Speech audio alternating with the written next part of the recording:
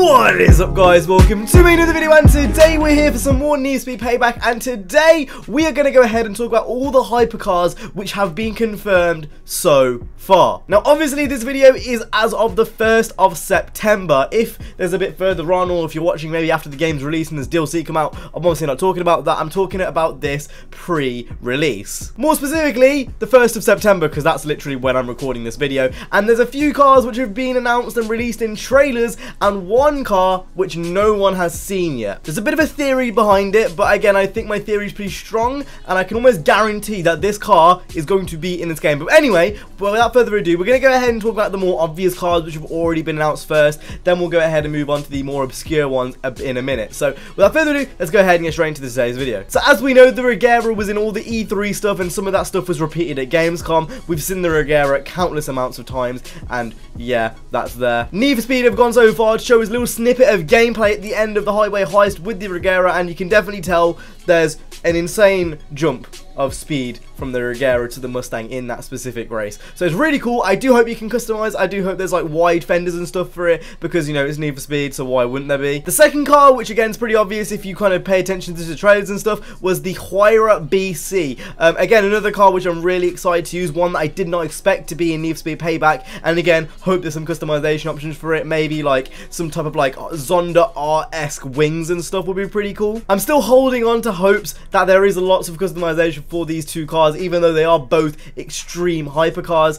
Regardless, even if there isn't, you know, just slamming the car all the way to the ground with negative camber, it would be absolutely insane regardless. So those are the kind of the two cars which are kind of obvious. We're now going to go on to ones which are probably less obvious if you don't really pay too much attention. So the first one is the Aston Martin Vulcan. This was actually announced today through Build of the Week. If you go over to the Need for Speed website, you can actually have a look around the car in kind of like the web browser. It's really cool. I'll link it down in the description. But again, another car which I did not expect to see in Need for Speed Payback. The one actually that you can see on your screen right now is customized. It's got a bit of a livery on. It's got some, you know, headlight tints and stuff. It still looks very stock in terms of like the body kits and stuff, but you know, the rims are different, the headlights are different. I still do hope there's actual body panel options for this car. That would be really cool. I'm not sure what else you can do, because it already looks freaking mad. Maybe put a ducktail on it. I think that could look really cool. A ducktail on the Vulcan. I've never really thought about that, but I think that could look quite nice. Again, it's really cool that, you know, Aston Martin are allowing this with their cars. You know, they're allowing customization with their cars. You can see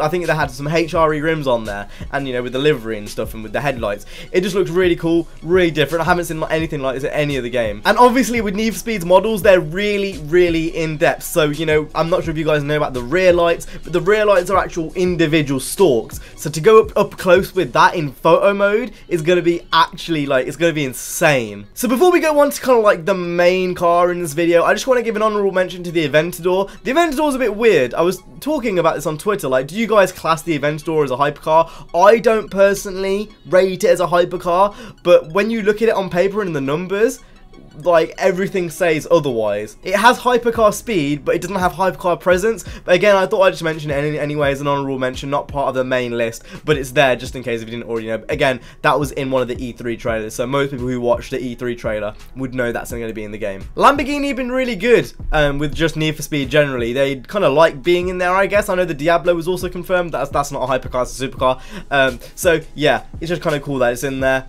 And that's all I really have to say on that. And the kind of one car which no one's seen yet around on Need for Speed Payback is actually the Porsche 918. Now you're probably thinking, why on earth are you showing me off-road gameplay? Well, look in the top left. There's quite clearly a 918 billboard. Now, you're probably thinking, oh, Cam, it's just a billboard. Why that doesn't mean it's in the game. In Need for Speed 2015, there was plenty of billboards in that game. You know, there was a GT4 billboard, a Cayman GT4 billboard, M2 billboards, all types of things. It's not like Carbon, where they had the NC MX5 and didn't have it in the game. Every car that had a billboard in Need for Speed 2015 was in the game.